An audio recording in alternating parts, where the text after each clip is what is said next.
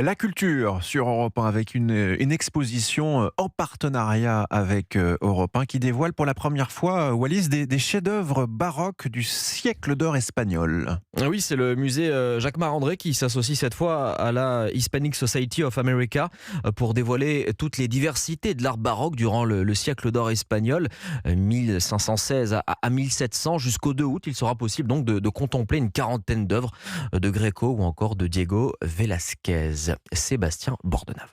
C'est trop vrai. La réaction du pape Innocent X devant son portrait signé Diego Velázquez n'est pas forcément un compliment. Nous sommes en 1650 et effectivement, sur le tableau, peint avec un réalisme confondant, l'homme d'église a l'air tellement ombrageux qu'on a la sensation qu'il devine nos péchés.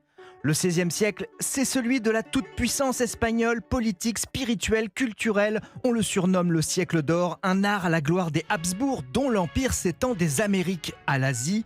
L'exposition Splendeur du baroque met en majesté des portraits de cour peints pour asseoir une puissance aristocratique, mais aussi un art religieux déclamatoire où on ne mégote pas sur le sublime pour glorifier la dévotion spirituelle. La magie opère encore, la maîtrise du clair-obscur n'y est pas pour rien, ni le près des 40 tableaux les plus emblématiques du musée de la Hispanic Society of America à New York. L'Espagne et sa vertu, l'Espagne et sa grandeur, écrivait Victor Hugo dans sa pièce de théâtre Ruy Blas qui se déroulait dans l'Espagne du XVIIe siècle. Ce sont les splendeurs du baroque. Sébastien Bordenave pour Europe 1.